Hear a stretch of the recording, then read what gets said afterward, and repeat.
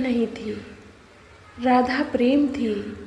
लेकिन फिर भी मनुष्य का मन तो चाहता है स्पर्श, चाहता है दर्शन, चाहता है बात करना। पर कृष्ण के भाग्य में अब शेष था सिर्फ विरह। कई बार कृष्ण मुरली उठाते, होठों तक लाते, पर फिर होठों पे रखते नहीं, क्योंकि बांसुरी बजाने का अब कोई अर्थ नहीं था। कृष्ण ने स्वयं से व्रत लिया था। अब प्रेम नहीं, अब सेवा, अब लोक कल्याण। लेकिन एक कोना था उनके हृदय का, जहाँ सिर्फ राधा थी, जहाँ वह चुपचाप मौन बनकर बैठी थी, मुस्कुराती थी, रूठती थी, गुनगुनाती थी।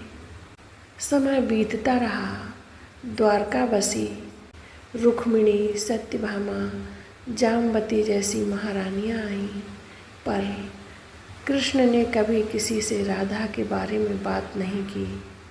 राधा उनका निजी स्वर्ग थी, उनकी आत्मा थी।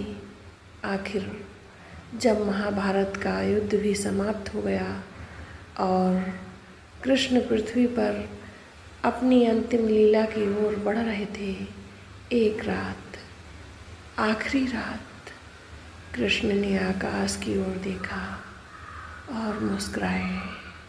उनकी आँखों में चमक थी जो केवल राधा को देख कर आती थी। उनके होठों पर एक फुसफुसाहट थी, राधे। और उसी क्षण कृष्ण अपनी देह छोड़कर चले गए राधा के पास, जहाँ कोई वियोग नहीं था, जहाँ केवल मिलन था, जहाँ केवल प्रेम था।